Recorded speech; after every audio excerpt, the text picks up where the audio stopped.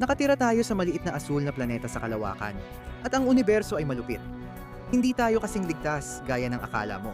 Hindi laging mabait ang universo. Maraming paraan na maaaring masira ang daigdig bukas. May mga bagay na mas malamang mangyari kaysa iba.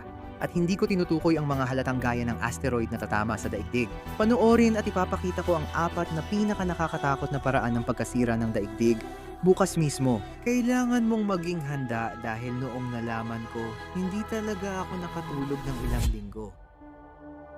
Sa kalawakan, may isang bagay na hindi pinaniwalaan ni Einstein na totoo. Mag-isang naglalakbay sa kalawakan.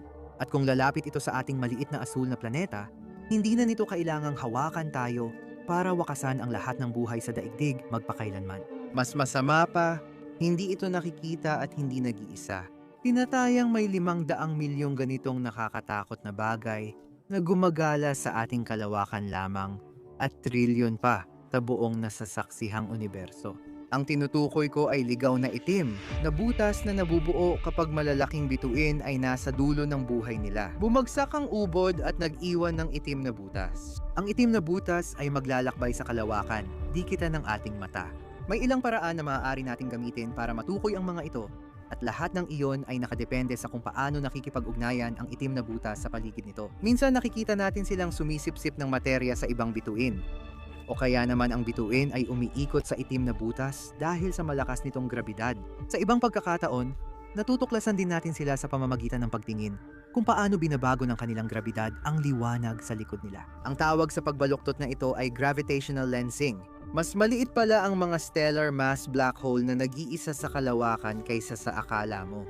Ang mga bituin tulad ng araw ay mahigit 1,000,000 kilometro ang lapad, habang ang mga higanting bituin gaya ng Betelgeuse ay higit 1,000,000,000 kilometro ang laki. Ganyang kalawak ang orbit ng Jupiter sa araw. Pero dahil ang mga itim na butas ang pinakamakakapal na bagay sa kilalang universo, ang isang itim na butas na may bigat na katumbas ng araw natin ay magiging 6 na kilometro lang ang lapad. Dahil dito, halos imposibleng matukoy ang ganitong uri ng itim na butas. Ang pinakamalapit na itim na butas na natagpuan natin ay si Gaia Black Hole. Isa-isang nakakatakot na itim na butas na mga 1,500 at 60 light years ang layo. Sigurado akong iniisip mo, ayos lang yan. May mga bituin na 4 na light years lang ang layo. Pero hindi tayo nag-aalala. Nababangga sila sa atin. At naririnig kita. Pero pakinggan mo to. Ilang dosena pa lang ng mga itim na butas ang natuklasan natin kailanman. Iniisip natin na may 500 milyong ganito sa paligid. Kung pantay ang pagkakakalat nila sa kalawakan, dapat may isa sa loob ng 50 light years mula daigdig. Ngayon, hindi ka na sigurado sa kaligtasan mo, di ba? Kung may ligaw na itim na butas sa solar system natin, agad magiging nakakatakot ang sitwasyon. Makikita lang natin ang mga itim na butas sa pag-oobserba ng pagbaluktot ng space-time sa paligid ng event horizon habang lumalapit ito sa atin. May 3 paraan kung paano kayang sirain ng itim na butas ang buhay sa daigdig. Pinakahalata ay ang itim na butas na lalamon sa daigdig. Kung dumikit ang itim na butas sa daigdig, mabilis nitong lalamunin ang planeta. Ito ang pinaka hindi malamang na mangyari.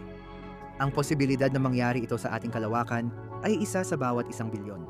Isa pang paraan para masira ang daigdig ay kung ang itim na butas ay magdulot ng tidal disruption sa ating planeta.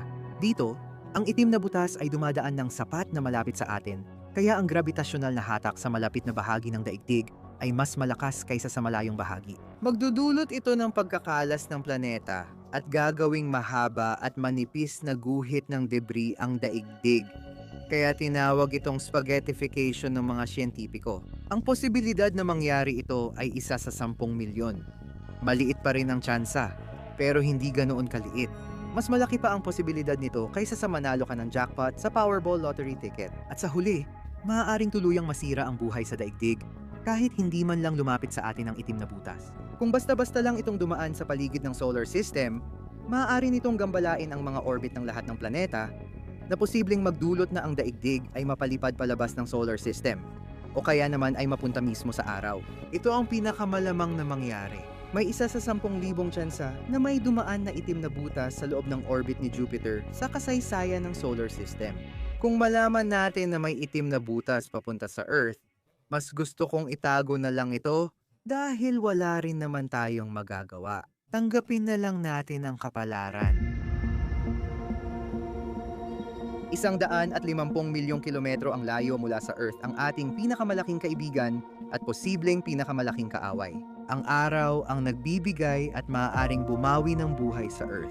Tinatayang bawat 11 taon, dumadaan ang araw sa isang siklo kung saan ito ay unti-unting nagiging mas aktibo bago muling kumalma ng ilang taon.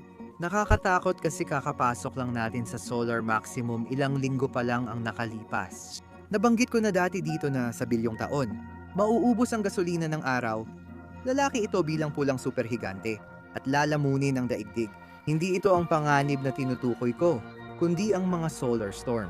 Ang solar flare at coronal mass ejection ay mga pangyayari kung saan mabilis na inilalabas ng araw ang mga charged particle papalabas sa kalawakan. Palaging may patuloy na agos ng mga particle mula sa araw na tinatawag na solar wind. Pero ang mga nakatutok na pangyayaring ito ay maaaring maging sobrang delikado kung nakatutok sila sa daigdig. Pinakamagandang halimbawa nito ay noong 1859. Habang minamasdan ni Richard Carrington, isang astronomo, ang malaking sunspot, bigla niyang nakita ang isang malakas na puting liwanag na kumikislap. Ang nakakasilaw na puting liwanag na ito ay tumagal ng 5 minuto at makalipas lamang ang 18 oras, nagdulot ito ng kaguluhan dito sa mundo. Nakakita ng aurora sa buong mundo at nagising ang mga minero dahil akala nila umaga na. Maliwanag sa labas dahil sa aurora. Nagliyab ang mga sistema ng telegrapo kahit naka-disconnect na ito. Ito ang kaganapang Carrington, pinakamalakas na geomagnetic storm na naitala. Kung mangyari iyon ngayon, milyon-milyong tao ang mamamatay at $1 trillion ang pinsala. Ang dahilan kung bakit napakadelikado ng mga bagyong ito ay dahil sa kung paano talaga sila nabubuo sa loob ng araw. Sa tulong ng makabagong teknolohiya, nakikita natin sa araw ang mga loop, hibla at agos ng mainit na ionized plasma. Ang plasma ay mga atomong sobrang init na wala ang mga elektron, kaya nukleo na lang ang natira. At lahat ng mga pasabog na katangiang ito ay dulot ng magnetic field ng araw. Ang may init at kargadong particle ay nahuhuli sa magnetic field sa ibabaw ng araw kaya gumagalaw sila sa malalaking arko. Nakikita natin mismo ang magnetic field sa ating mga mata.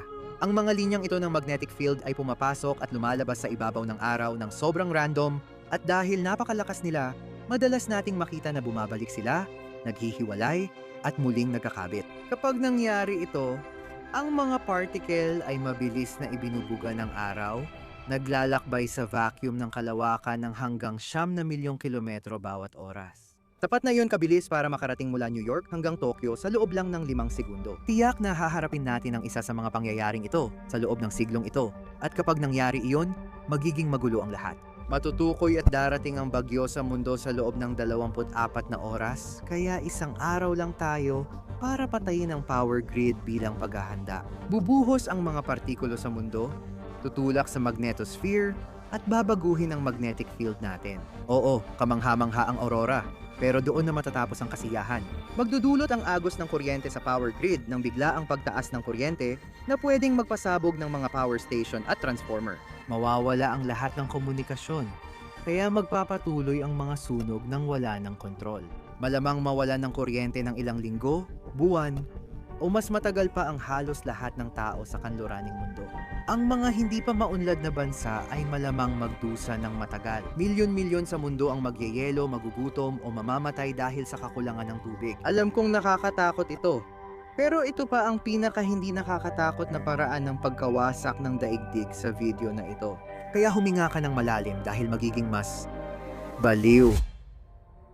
Ang isa pang nakakatakot na paraan ng pagkasira ng mundo ay natuklasan ng hindi inaasahan. Noong 1963 kasagsagan ng Cold War, nagkasundo ang United Kingdom, United States at Soviet Union na hindi magpapasabog ng nuklear sa atmosfera o kalawakan. Pero ito ay simpleng kasunduan lang na hindi nila gagawin ng isang bagay. Ibig kong sabihin, paano nga ba sila magtitiwala sa isa't isa? Kaya naman ang United States gaya ng nakasanayan, nagpasya na maglunsad ng maraming satellite na tinawag na Vela para bantayan at alamin kung tapat nga ba ang mga Soviet. Ang mga satellite na ito ay pangunahing naghahanap lang ng X-ray at gamma radiation. Ito ang mga palatandaan kapag may sumabog na nuklear sa atmosfera. Wala silang natagpo ang palatandaan ng nuclear testing. Pero isang araw, parehong nakapagtala ang dalawang satellite ng napakalaking pagtaas ng gamma radiation. Kakaiba ito dahil hindi mula sa Earth at di alam ng siyentipiko ang dahilan ng pagtaas. Kaya naghintay sila. At nangyari ulit ito. Nangyari ito ng paulit-ulit hanggang 1973 kung saan nakakita sila ng 16 gamma ray burst.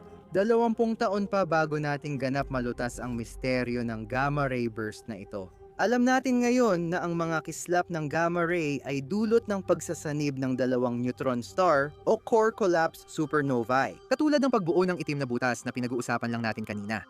Kapag naubos na ng isang napakalaking bituin ang kanyang nuclear fuel, bumabagsak ang kanyang core. Dito nabubuo ang gamma ray burst. Habang bumabagsak ang bituin, nabubuo ang isang itim na butas.